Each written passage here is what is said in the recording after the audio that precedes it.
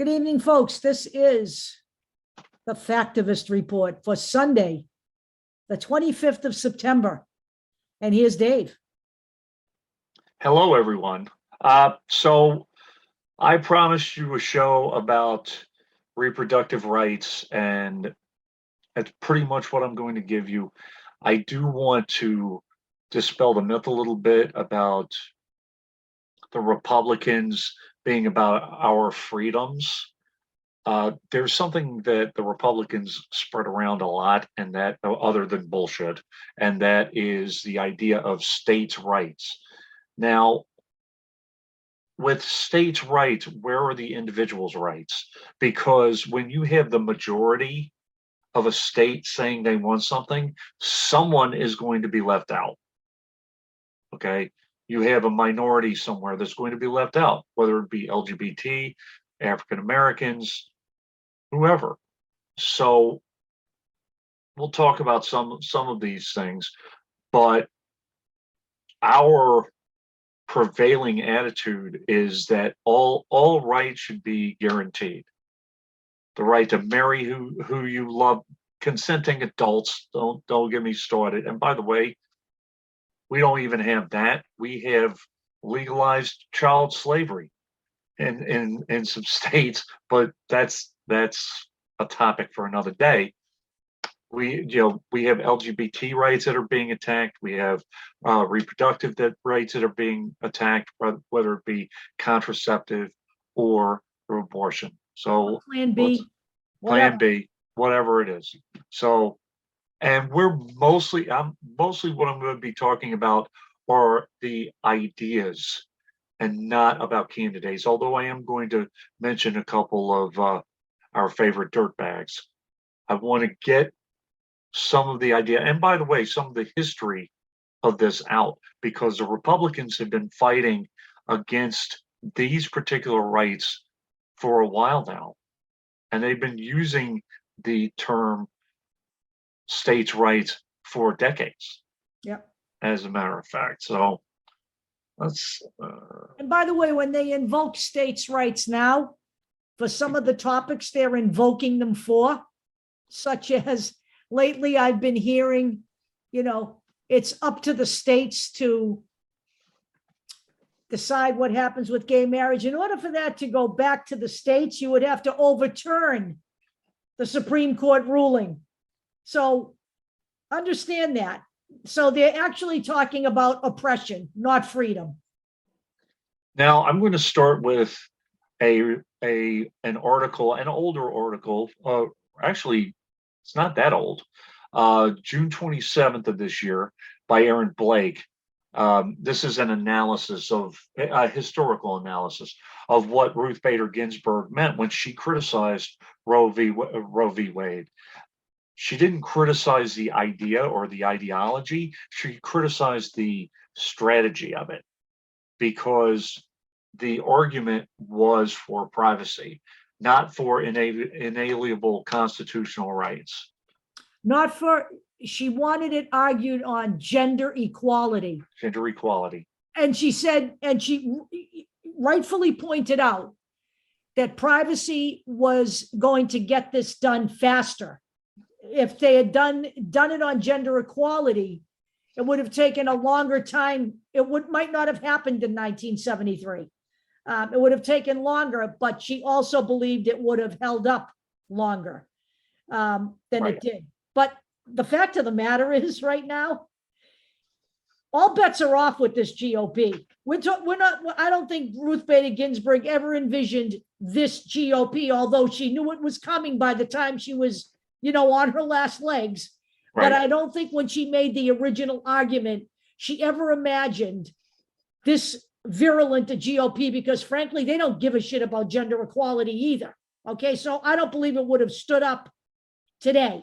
Let's put it that way, if it had been argued on that right. And just so people are aware, all of the other things that we're going to be talking about, whether it be gay marriage or the rights to contraception or LGBTQ issues in general, all of this was primarily argued the same way as Roe v. Wade with privacy issues, and not talking about gender equality or the Racial right equality, where it comes to racial equality. interracial marriage was argued Right. on privacy as well. Correct. By the way, with all of this shit being up for grabs now in terms of overturning, understand what this all means for your privacy as an individual. It puts people's privacy and what they do in their own homes at risk now. Privacy is a big topic. Okay, they're freaking wondering, people who are having, you know, for example, wasn't there an issue with someone having some kind of a gathering in their home, and they had what do you want to call it, female impersonators or whatever it was, Something like that, yeah. and somebody found out about it and made an issue of it on the internet. Come on, people. You know, when people have a right to do whatever they want in their homes, that's a basic right for everybody in the country. So if you think that all of the privacy issues are just with abortion or being gay or, you know, having a same-sex marriage, whatever you do in your home now is up for grabs. Understand that.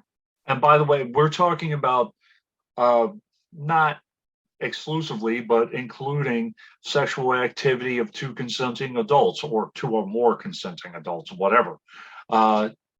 And Biden brought it up, Harris brought it up, that abortion is a right, is a matter of freedom.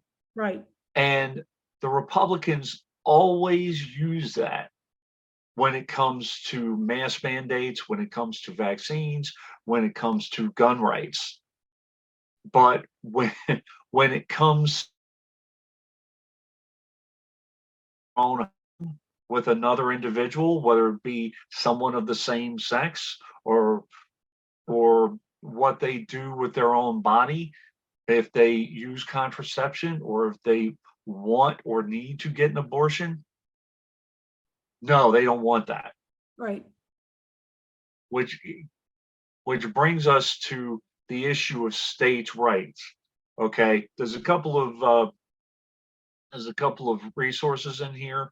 Take a look at them at your leisure. Basically, what I will say is that my epiphany is that states' rights is another term for the government taking over your individual freedoms.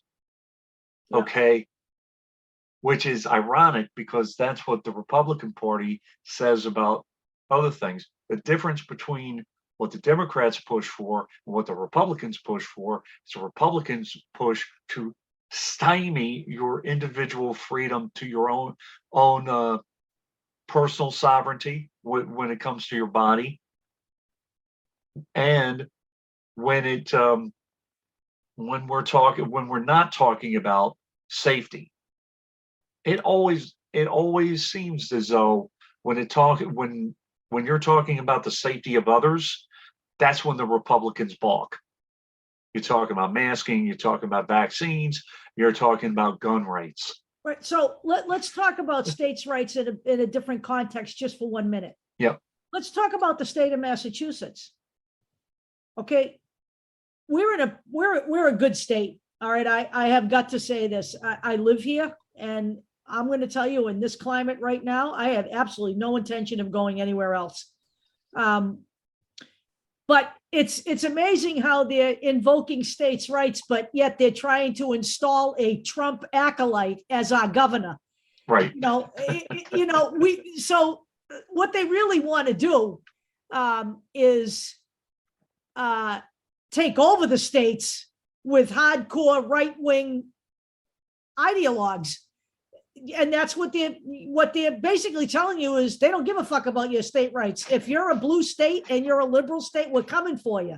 And that's the way it is. I mean, I just read an article that stated that when Donald Trump was in office, he literally told the people who were working for him at the border not to deport the criminals that were coming across the border, to put them on a bus so we can send them to blue states. This is exactly what his strategy was. Everybody needs to understand this. And he's pissed off now at Ron DeSantis and Greg Abbott for taking his idea. It's amazing. It really is. One thing I want to say about Ron DeSantis, and again, I've said this before, we did a whole show on Ron DeSantis. He was not a popular House rep. Right. Anything that he sponsored, not co-sponsored, but sponsored, every single bill failed. However, all of a sudden now he's getting things passed because he's ramming them through. This isn't the will of the people. This is the will of Ron DeSantis, and this is not states' rights. Right. And by the way, Ron DeSantis has also bullied his own legislature. He's got a fully, I believe, a pretty much big majority Republican legislature to work with. Okay. Yeah. But when they gave him their redistricting plans, he vetoed them. And then he told them he was going to do them himself. He took it basically right out of their hands. He's bullying his own party line.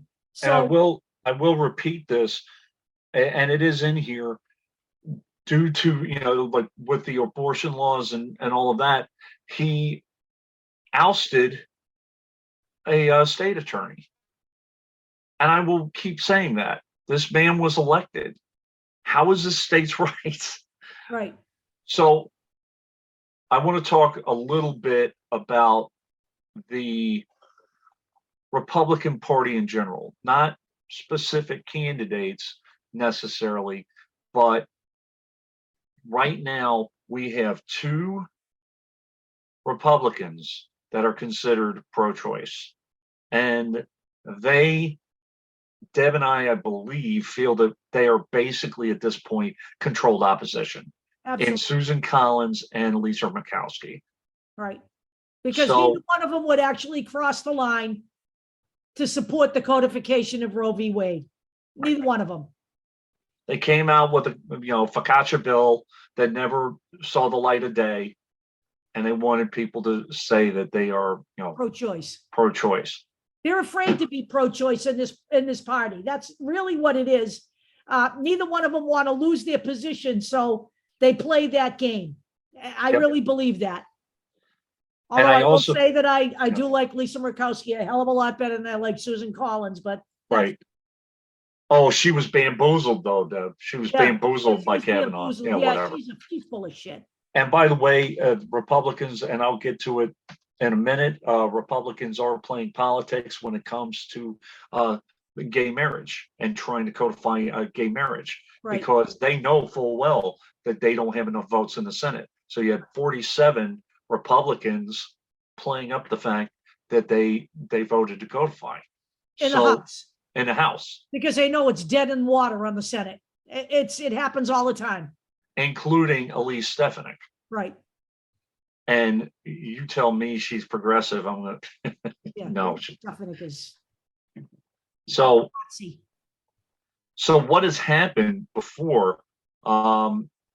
We had back in 2018. Let's see if I can find it. There was a Democrat. I believe it was in. Let's see if I can find it.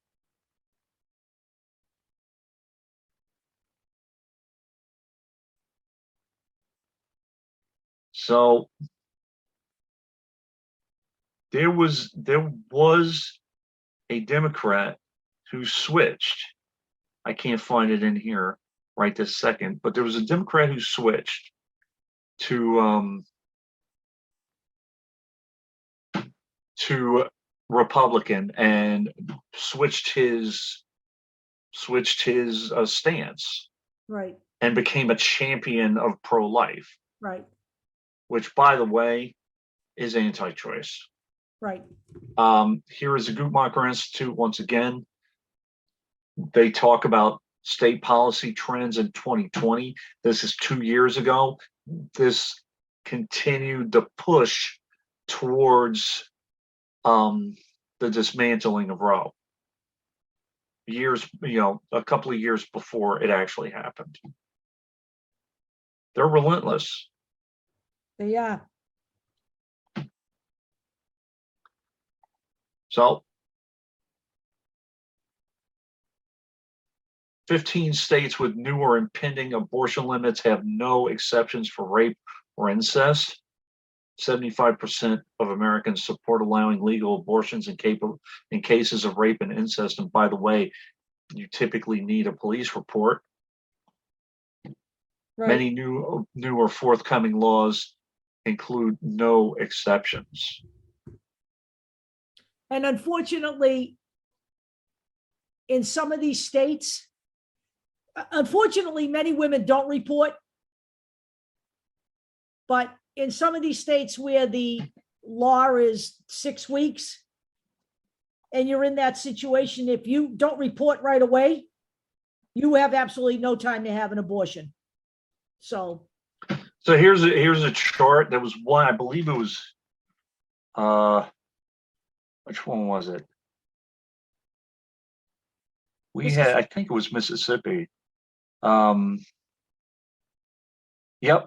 So Mississippi has a rape exception, but it doesn't have an incest exception. Insert joke here. So whatever. The banjo playing now. Yeah. So, Idaho has both a rape and an incest exception. So does Utah, North Dakota, et cetera, et cetera. You can read this at your leisure. Louisiana has for neither does Oklahoma, South Dakota, Texas, Arizona, Wisconsin, Michigan. Now, to Gretchen Whitmer's credit, I have to say,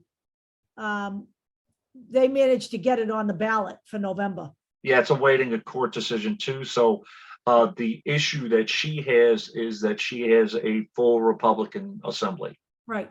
So if you vote her out and vote for Tudor Dixon, that's a trifecta in that state. Yeah, we need to prevent trifectas. That's part of the deal here. Yep. I don't really think Tudor Dixon is going to be. She won't, I don't think. I really don't. So this is a website that talks about abortion statistics in regards to rape victims. Fewer than 1% of all abortions take place because there's been rape or incest. Up to 85% of the women who become pregnant through rape or incest choose to have their children, which is their right. One of the things. And by the way, that speaks to another point. Women can be trusted to make their own medical decisions. Okay, that's not we should ban abortion because women don't get them anyway. That's more like you shouldn't ban abortion because women know how to make the right decisions. When they make the right decisions, it's the right decision for them. That's what really matters here. Here's a couple others. You can read the rest.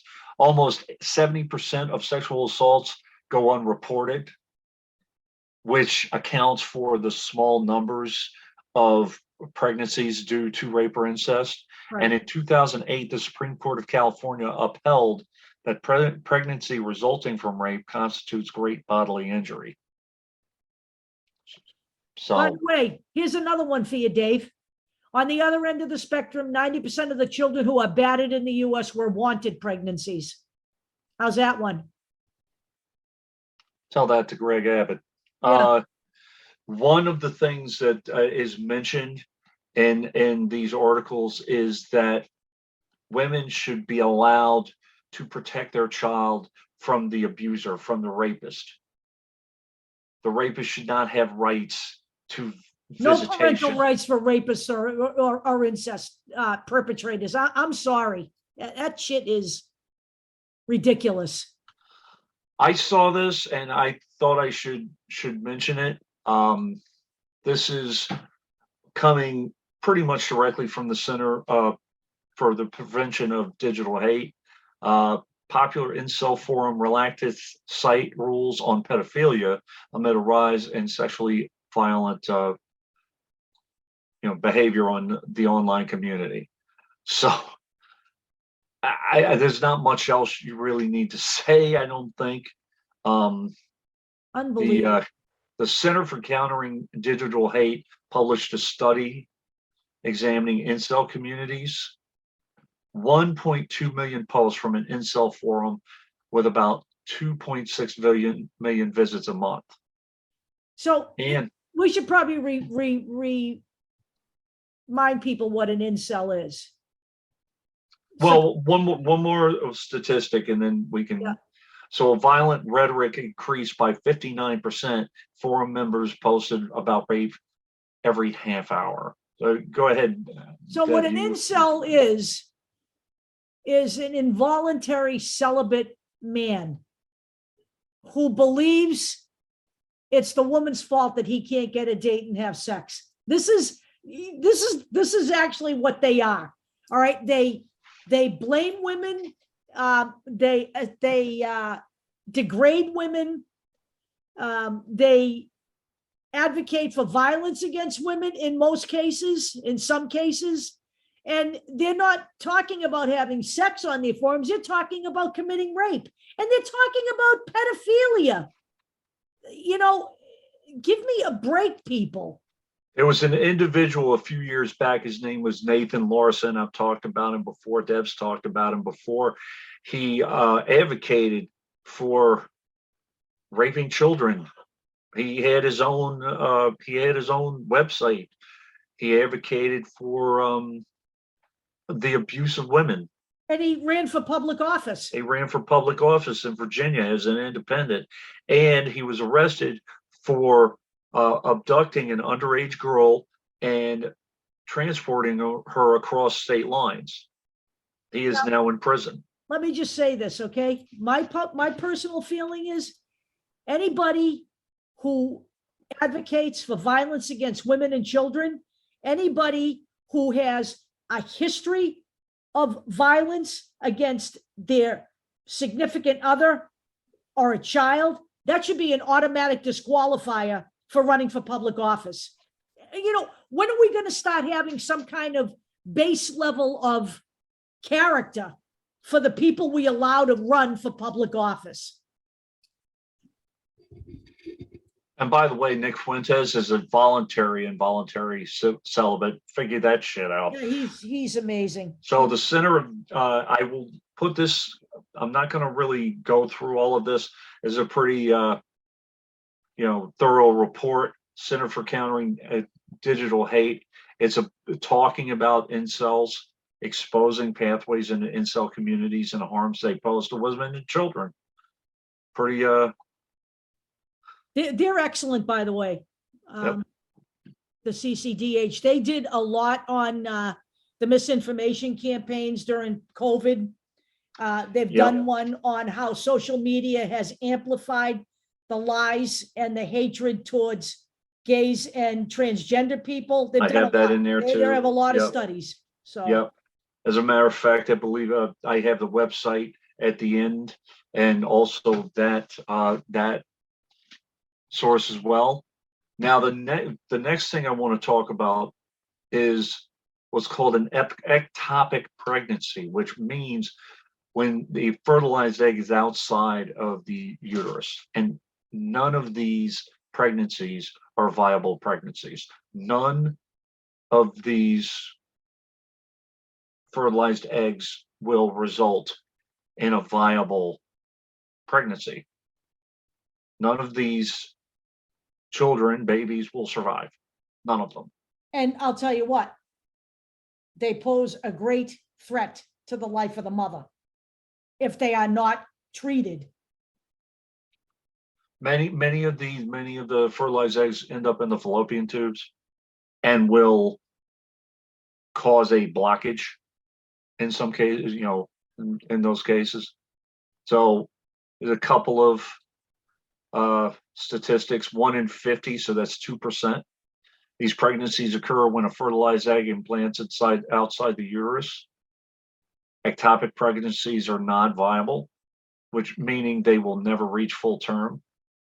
Without treatment, they can lead to hemorrhaging and death. Pretty much what you need to know. Now, Planned Parenthood has put information out there, and I will go over it a little bit, but recently they changed the wording of some of the information that they have about ectopic pregnancies and abortion, and immediately the right wing, cesspool spread lies about what they were doing, that they were scrubbing their website about ectopic pregnancies, which is simply not true. And another attack on Planned Parenthood. Mastriano says FBI arrest of a Bucks County man for alleged assault at a Planned Parenthood was an abuse of power. Fuck him. Okay, that's all I got to say about him. He is a really. There's an article out there about him. It was written by George Will about how he is, without a doubt, the most dangerous candidate being run by the GOP. Oh, he's definitely one of them. I mean, you already have DeSantis, but Mastriano is probably the biggest non-incumbent threat that I can think of that may actually have a shot. But I know that there are Republicans that are actually supporting his opponent. As of right now, his opponent has a 10-point lead. Let's hope that holds. So, anti-abortion for Upper Bucks County facing federal charges for allegedly twice assaulting and injuring an elderly male volunteer acting as a patient escort for a Planned Parenthood clinic in Philly. How is that an abuse of FBI power? It's not. Bullshit. Here's the Planned Parenthood website for anyone who needs it. This is the incident or the issue that I was talking about. This is the article. This is the only thing I could really find. I was looking for the explanation, and most of what I was finding was the right-wing spin of this whole thing. Removes the distinction between an ectopic pregnancy and abortion. And, of course, you have Candace Owen and all these other people, whatever, saying that, oh, they're hiding information. They're not hiding anything. They're not hiding anything.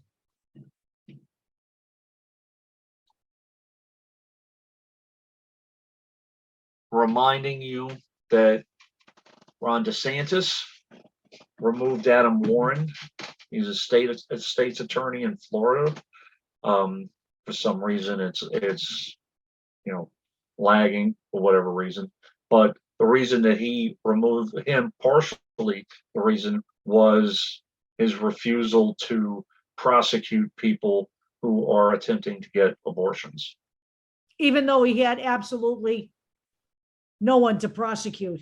All he did was make a statement that he wouldn't enforce it. Right. Which is something that several attorneys have said they would not do. Now, one thing, let me see.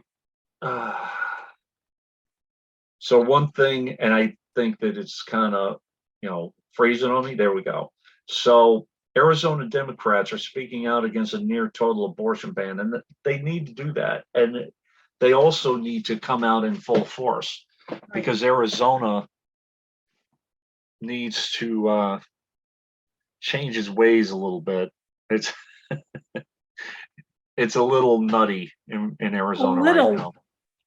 I'm trying to be nice. Don't be nice. The good news is that Carrie Lake is losing. The good news is that our little warrior friend in the GOP, Liz Cheney, is committed to making sure that Carrie Lake does not become governor. This is Katie Hobbs. She is running against Carrie Lake, and she has a very good chance of winning that governorship, which is on the way. Right now, I believe they do have a trifecta that will help. I don't know how, if they're going to get the assembly or whatever, but. So just so you know, Katie Hobbs is the woman who was the Secretary of State, I believe. Yeah. Democrat who certified Joe Biden's win in Arizona, and that's what they're using against her as she runs for the governorship now. Yep. Because, as we all know, Carrie Lake believes that nobody should be allowed to run as a Republican unless they're willing to say that the election was stolen for Donald Trump. So that's their sole argument against Katie Hobbs is that whole failure to, launch, whatever the fuck you want to call it. Now, I actually just noticed this is an old, I'll probably do more on contraception later. This is actually an old resource. I might even take it out, but just understand that contraception is a hot topic right now. And we have Lindsey Graham, who initially was, no, actually not Lindsey Graham, Kemp. Right. Talking about he was going to look into banning Plan B. Right. Which, by the way, I would leave this in, regardless of the fact that it was 2012. The information's not dead. right. I mean, it shows what it is, but Right. the any numerical data Is off. and and like how many states have certain laws in effect. This has to have changed over time. Go look at Guttmacher. That's all you've got to do. You've got that in here. So Yep, I do have it in here. So now we go to gay marriage. 47 House Republicans voted for gay marriage rights. And as I said, only 4 GOP senators have said that they would vote for gay marriage rights. So, of course, it's safe to say you're going to vote for it if you're in the House and you're GOP. Right. And by the way, they are now waiting until after the midterms to try to pass it in the Senate. But as we all know, if the GOP wins in the midterms, they're going to ban it. It's not going to be, no one's going to codify gay marriage. If anybody wants any of this to pass, you need Democrats. You can't have Republicans in. That's it. You need enough Democrats to overcome the filibuster and to render Cinema and Manchin obsolete. You need to add a minimum of 7 senators to what we already have. And as I said before, there are times that Democrats flip and go Republican. There are times when you have Henry Cuellar who may throw a vote here or there. You need a cushion for those people. And by the way, every once in a while, Patrick Leahy, he's injured or he's going for surgery or someone retires or passes away, and you lose a vote. If you have a really small majority or you're tied, you're screwed if someone's not available to vote. Because then the GOP will invoke the filibuster, and then you need 60 votes to win it, to overcome that. People need to listen to what we're saying here. You want a better result? You give Biden a better majority. So this, let's see what date we have here. March 20th of this year. Okay. That's Matt Levites and Elliot Ramos for NBC News. 240 anti-LGBTQ bills filed in 2022 as of March. Most of them targeting transgender people. In 3 months, 240 bills. I mean, like I said, they know how to write bills when they're oppressing people. There are 2 websites. We have USA Facts that has a little chart here, and then we have another one coming up, the Freedom for All Americans legislative tracker. I have a couple other things I want to talk about first. The Republicans attack Kansas Governor Laura Kelly for supporting transgender people. So,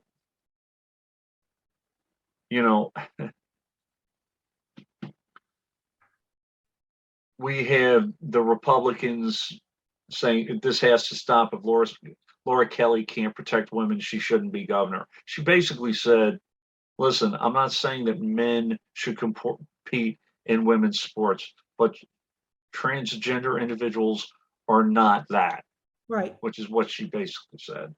You may have seen my opponent's attacks, so let me just say it. Of course, men should not play girls' sports. Okay, we all agree there. And then she went on to say transgenders should be supported. I'm not sure if she quoted Title IX or not. It's possible. But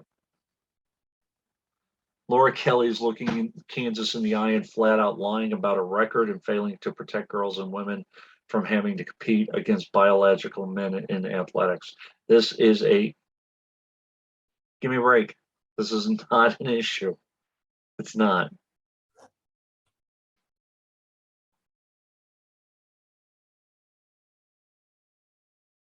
So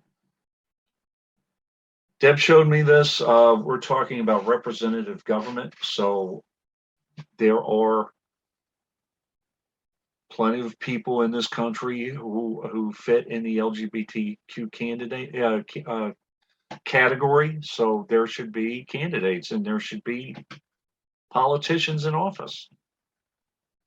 This is a list of candidates running for office who are gay. There are, I believe there's some transgenders in here, transgender individuals. So take a look. You want your rights protected? It's what you do. And by the way, we're not just talking about transgender, we're talking about, and Biden has done a pretty good job at this. We've talked about this before. Native Americans, African Americans, Hispanics, Asian Americans. There are very few Asian Americans in the House of Representatives. Right. So we need to spread it out, people. So here is a tracker. And this lists a lot of the bills that we're talking about. And, you know, where it currently is, it's vetoed, dead, failed, vetoed. You know, here are the states and the numbers. So we have Arizona with 12 bills, Tennessee with 14, and Iowa with 14. And amazingly enough, Texas didn't have any. But let us reiterate one thing, that Greg Abbott directed whatever they call it, like the Department of Family Services or Department of Children and Families. I don't know what the terminology it's called. DFPS. Yeah, here it's called DCF, the Department of Children and Families. Yep. Department of Family and Protective Services. Right. And he, without legislation, directed them to investigate gender transitioning procedures as child abuse.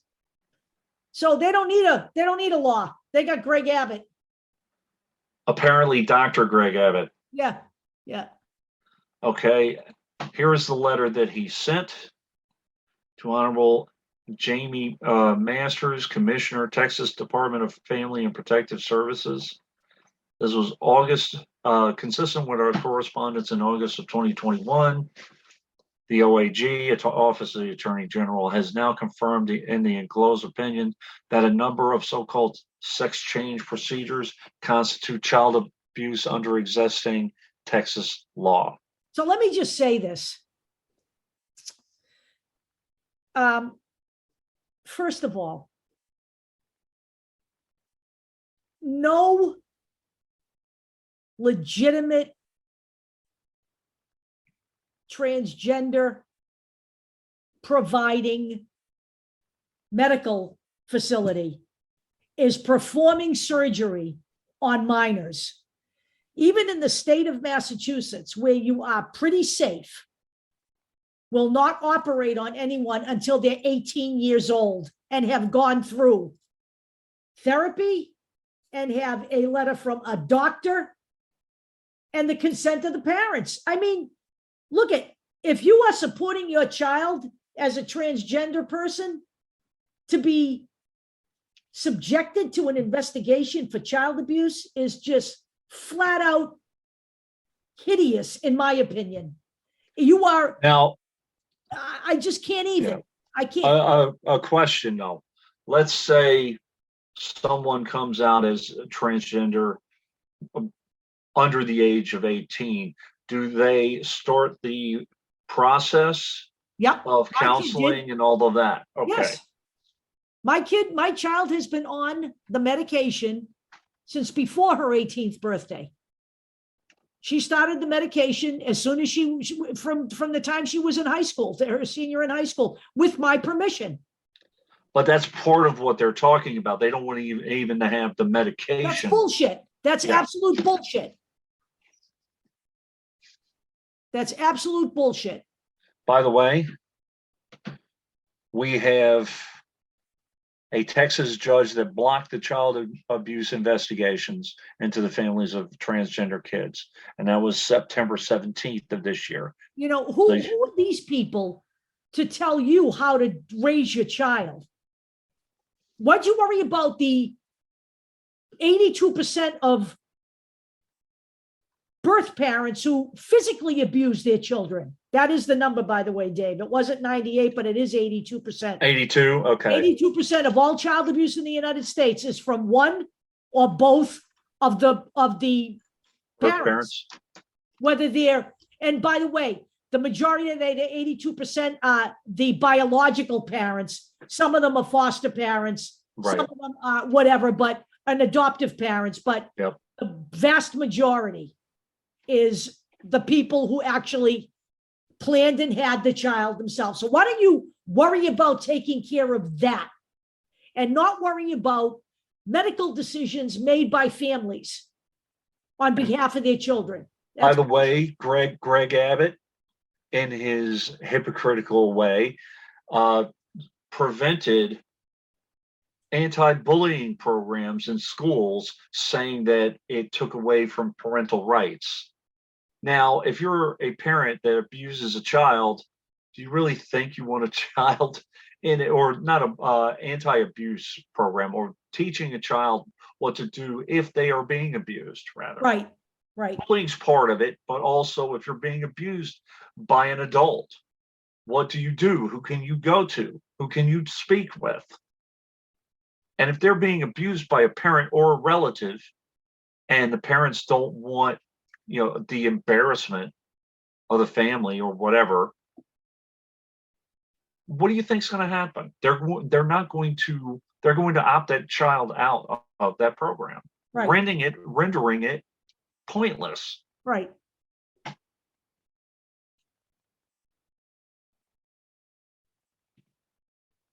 So we're getting into just parents protesting the hiring of a non-binary teacher. My suggestion is, if you really feel that uncomfortable, I don't know if you can opt the child out of that particular classroom. This is Oregon. I can't imagine that there aren't more than one or two parents, but then that's kind of a slippery slope. This teacher should be allowed to teach. This is kind of where gay teachers were. Yep. A while ago. Yep. So you're gonna, You're talking about pronouns. Oh, first graders can't handle that. I think first grader can handle that. I prefer to be called this. I don't see what the big deal is. Understand, well, they're making it a big deal, and they're making it a big deal for political reasons. So let's, Let's admit it. You know what? Listen to me. I just have to say this. I have to say this because I've been thinking about this for a long time. I think the biggest mistake that the gay community ever made, and I've said this to my friends as well, was the notion that we have to be, look it, we're just like you. You know what? Right, We're right. not just like you. Okay. We are just like you in some things. We want families. We want to be loved by people. We want to have friends. Okay. And we want to be accepted. But you know what? No, we're different. And it's okay to be different. This is not a homogenous society. No country has a homogenous society. And you know what? Who would want that? I personally don't want that. I mean, the whole, when you're talking about history or CRT for social studies for first graders, it's just that people are different and that's okay. Yep, that's it. Oh, that's horrible. I mean, is it really? Yeah. Well, yeah, I guess my kids are real different then. They actually are, but they're also different in the sense that they really don't see race at all. They don't really give a shit about what people are doing. And, you know, I have to say, they've been brought up that way. They've been brought up to not judge and just be who they are. And that's really what, you know, I consider myself a successful parent. So the final few slides here, we're talking about social media and we're talking about non-acceptance and just, I don't know, ridiculousness. And I mean, it's not funny, but it's just, it's sad that people are just bigots and they don't get it. Or they're trying to be funny. It's hitting the wrong note. There's a couple of, there's something out there called problematic on TikTok. And they look at different trends on TikTok that could be an issue, like fat shaming or transphobic, potentially transphobic videos. There is something called a binder where individuals wear to restrict their breasts, okay, and because they don't want people to see them. And on these videos, they take them off, and you see their partner or whatever, like gawking at them, going, or whatever, and it is offensive or it's traumatic to some transgender people, like you're identified solely by that body part. So I just don't I don't understand why this isn't being monitored more, but people are actually coming out and speaking out against that behavior. Let me just tell you another thing. There's a group called the Libs of TikTok. Don't be fooled by that title.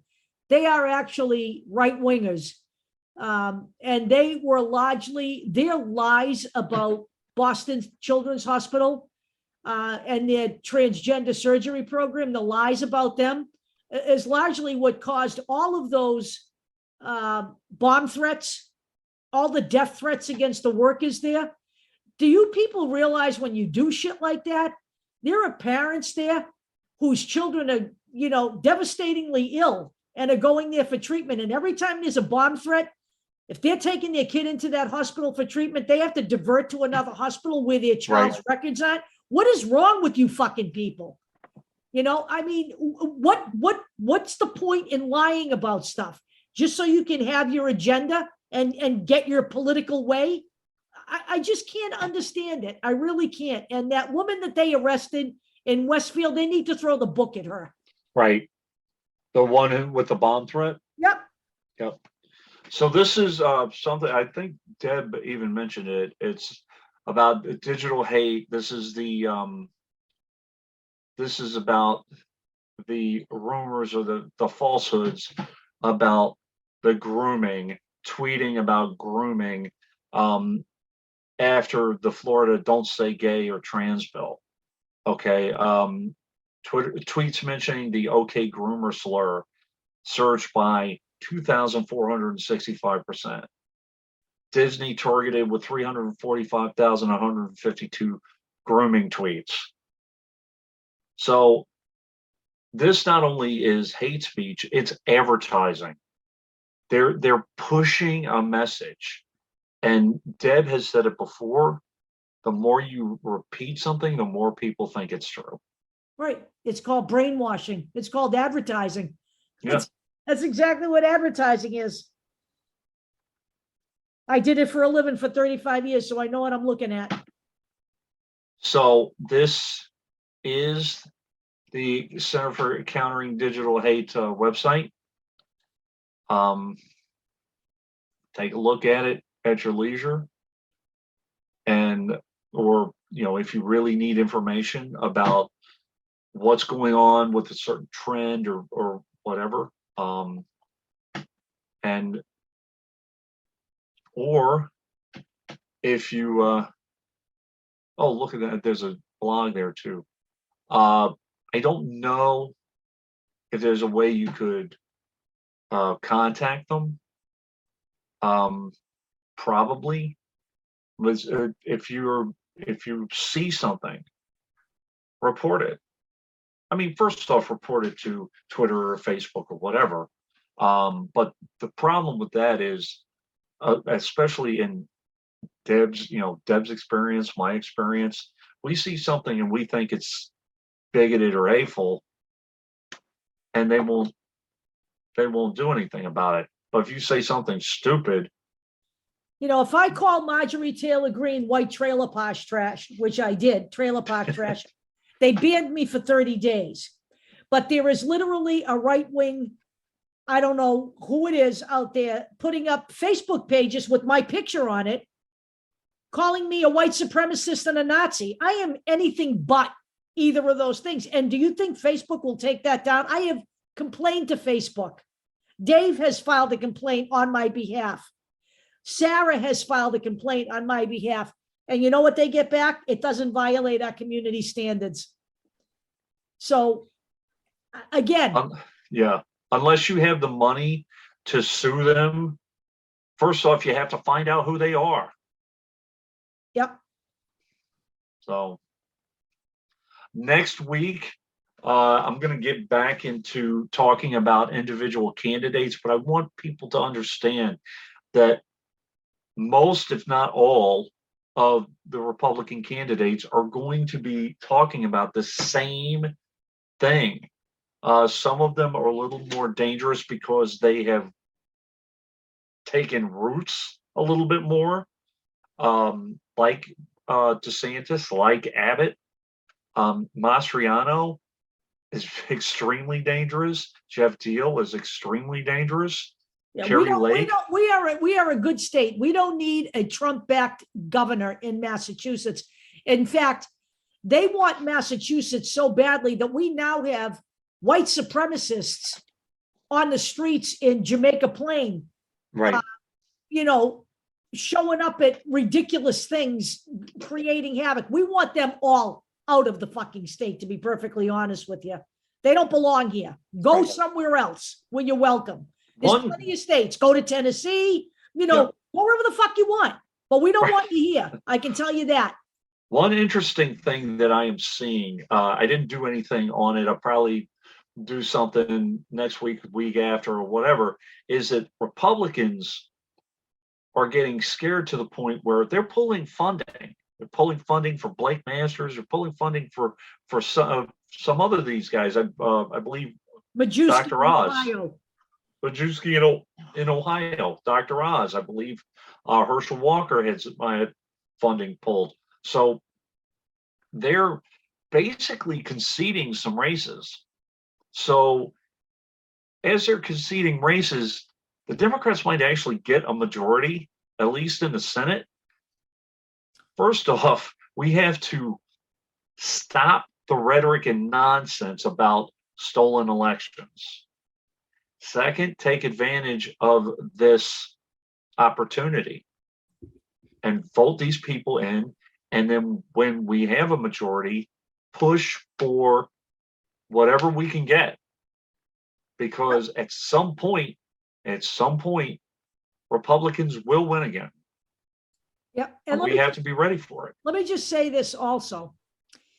We talk about rights of minority groups a lot, and we will continue to do so. But I would like to remind everybody in America, right, that they have shit at stake if the Republicans are back in power. And I'm going to tell you exactly what it is. They're talking about literally trashing Social Security and Medicare. Right. I'm sorry, folks, but there are poor white people on the Republican side too who live on that every month. I live on that every month. That's my retirement. I paid taxes so that I would have that. That is not an entitlement, and it isn't fucking socialism either. I would like to remind everybody in America that Social Security and Medicare is your future, one way or another. And if you think you don't have any stake here, if you think you're a safe white person or a safe whatever you are, because you're not transgender, or you're not gay, or you're not Native American, or you're not Hispanic, or you're not a person of color, none of you are safe with this particular Republican Party. I'm sorry, folks, but you aren't. Yep. A couple things. Number one, she's talking about Ron Johnson, by the way, in Wisconsin, which is considered a battleground state. Another thing, in the shorter show, I mentioned that Republicans are fighting to cancel student debt relief so that more teenagers or more young people will become soldiers and get the GI Bill. First off, it has nothing to do this has nothing to do with it. One program is like a one-shot deal for $10,000 or $20,000.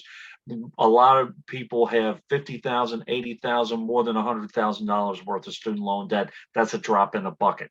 The other thing is a program that forgives you if you have paid into your student loan for 10 years and you're a federal employee, which, yes, I happen to be, and I'm going to take advantage of that program. But you have to jump through a lot of hoops for it too.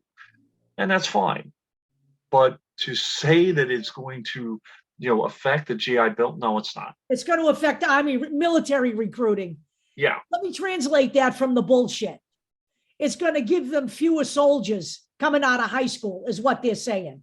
And it doesn't affect the GI Bill. And by the way, just so everybody, I would like to remind everybody of this. Recruiters for the military can access your children by email starting in their junior year in high school. Understand that. I opted my kid out of that bullshit. I made sure I signed that paperwork. So just so everybody understands that, all right? They want to make sure they have enough bodies to fight their ill-begotten wars. So that's really what this is all about. So that's what they're talking about, their right to life. They want kids to grow up so they can fight their damn wars. Right. Right. And like I said, they really don't give a shit about any kid outside the womb. No, they don't. Until Head Start, they refuse to feed certain groups of people, certain groups of kids. They do all kinds of shit. They don't care about your children. And by the way, they don't care about your children. They don't care about women either. Right. Or else they would provide medical services for women who are carrying stillborn children or an ectopic pregnancy, or who have I don't know if it's PTSD or depression due to being assaulted. Right. Now, I'm going to say this. I have experienced some abuse as a child, but I can't not, as a male, imagine what it would be like to be abused and then have to carry that reminder of that abuse for 9 months to term. And then potentially have that abuser try to take custody of the child or have visitation. They just gave visitation to a rapist in one state. I think it was Tennessee. I'm not sure. Don't quote me on that definitely, but I'll find that article and I'll make sure it's in here. But that was just an article that was a point of discussion. between me and somebody else, And Tudor Dixon's assertion that women shouldn't have an abortion because the bonding that they have with the child will help them heal. Well, that may be the case for some women. It may not be the case for other women. So if that's the case, why not let that woman make that decision? Correct. Not the government. The government's got no place in any of this bullshit. None of it. And again, if they care about, if they care about children, allow the parents to make decisions about their own kids when it comes to gender affirming care, and also allow children to opt out of marriages that they had while they were a child that were allowed, with parental consent. There are states that still allow that, which to me is insane. Well, we just changed it in Massachusetts. And in Massachusetts, it was 13 years old for a child, for 12 years old for a girl. Right. 14 for a boy, but 12 for a girl. And by the way, if those children are fully enter into marriages and they are abused, most of the marriages, by the way, are not between a 12-year-old girl and a 14-year-old boy. Most of these marriages are between 35, 40-year-olds. Males who are much older than that. Yep. If they get into a situation where they are in an abusive relationship, they can't file for divorce because they're minors. So they're minors and they can get married, but they can't get a divorce if they're being abused. Think about this, folks. They just lowered the age to 13 in Tennessee. What the fuck? And by the way, no. I'm sorry, people. Okay. Now those same girls, if they get pregnant through an abusive relationship, they also can't have an abortion. They can't have an abortion. Right. And they can't, they may not even be able to take a Plan B pill. Right. Or, or contraception, which, by the way, Deb is telling me, and I didn't know this, obviously, because I don't have to take it, but it's not a pleasant experience. Right. Plan B is not something you want to have to do. It's not a recreational drug. No, it is not. Okay. And it's not without its ugly side effects. Kind of like the GOP. It's not without its ugly side effects. Right. Well, everything is an ugly side effect with them. I can't overstate where we are in history here, folks. I'm just going to say this. The last nation that ignored everything that was going on here was Germany. And I would advise you to just be aware of what's going on in your own backyard, because this is happening in real time right now. One last comment, because I know it's starting to bubble up again. We do not have the power to call for Supreme Court reform, but there are articles, there is a call for that. I completely agree with it, but you need to get out and vote. We need a majority in the Senate. We need to get out and vote. And by the way, we need a majority in the House also, because Biden, if he does not have a majority in the House, he's going to have to fight nonsensical investigations and all this garbage. Oh, they're talking about impeach him. They already said they're going to impeach him. Yeah. Understand what we're saying here. It does us absolutely no good to win the Senate and lose the House. This is the bottom line. We need the House. We have a 11 person lead right now. 2 of those people will have to run again in November, right? There was special election. Right. We have 11 people in the House, an advantage. We have a 50-50 split essentially in the Senate with Kamala Harris as the tiebreaker. Yep. When the GOP doesn't invoke the filibuster. When they invoke the filibuster, we're dead in the water. And by the way, if we have, let's say we have 56, 57, 55, we can actually bypass the filibuster like they did when they blocked Merrick Garland's vote. They didn't even deny him the Supreme Court seat. They didn't even put him up for a vote. Right. So that's another thing that the Democrats have to do. They have to grow some stones and do the same thing that the Republicans are doing. If something's important enough to, add seats or whatever, get them through, ram them through. By the way, I'm calling for 2. That's what we were denied. That's what should happen for balance. I'm not asking for 4. I'm not asking. To me, 4 would be stacking the court. 2 is balancing the court.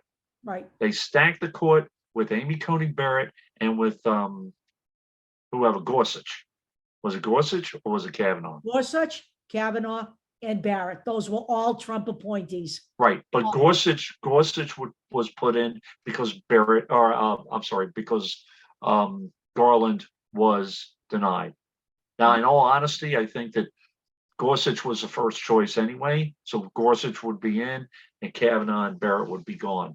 And on top of that, then we can start talking about can we get Clarence Thomas out?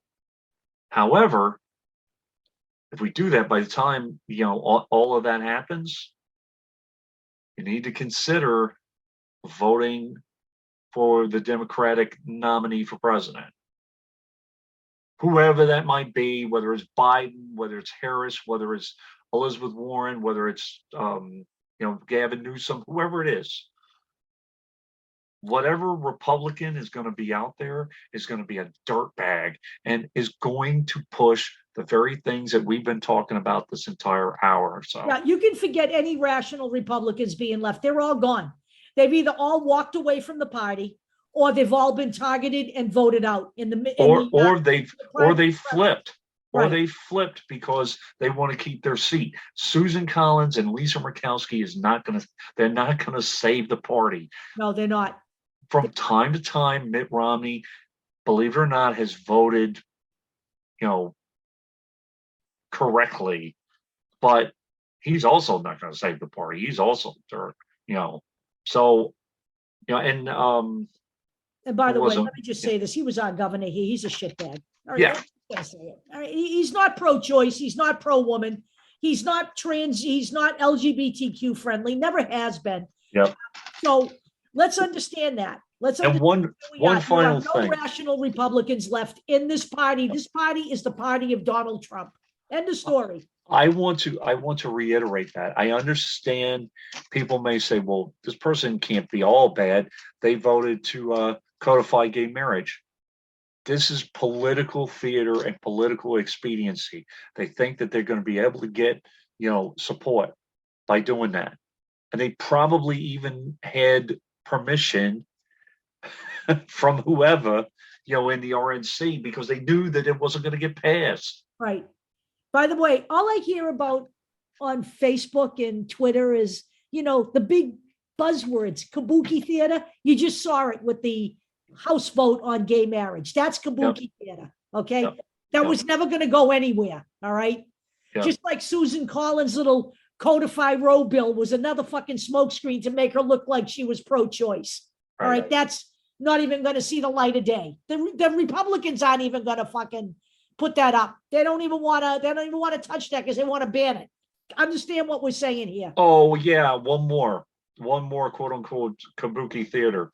When Lindsey Graham put that abortion ban bill out there, and all the Republicans were feigning outrage. Give me a break.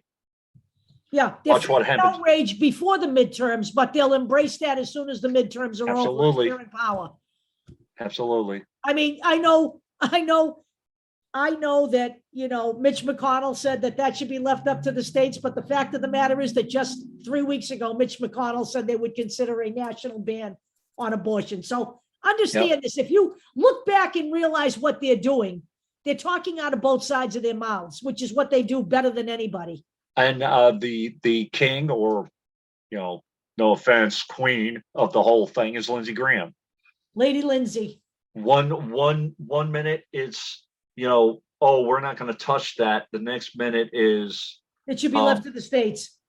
Now, I will say this. I wasn't the one that said this, and I can't remember who said this, but they were talking about, him with the abortion ban. It's like, why is he trying to ban abortion? He's never touched a vagina. I don't know. I thought, okay, there we go. Yeah, they're all over Lady Lindsay. He gets his. They've got pictures of him dressed up like Marie Antoinette on Twitter. It's one of the most breathtakingly funny things I've ever seen. So there are some laughs to be gotten, folks, on social media. Not for nothing, no Republican should be able to tell you whether they're gay, straight, black, white, blue, brown, whatever. Nobody should be able to tell you what you should be able to do, what medication you should take. That should be between you and your doctor. Right. And you, your parent, and your doctor, but whatever, Right. So. All right, kids. Bye, everybody.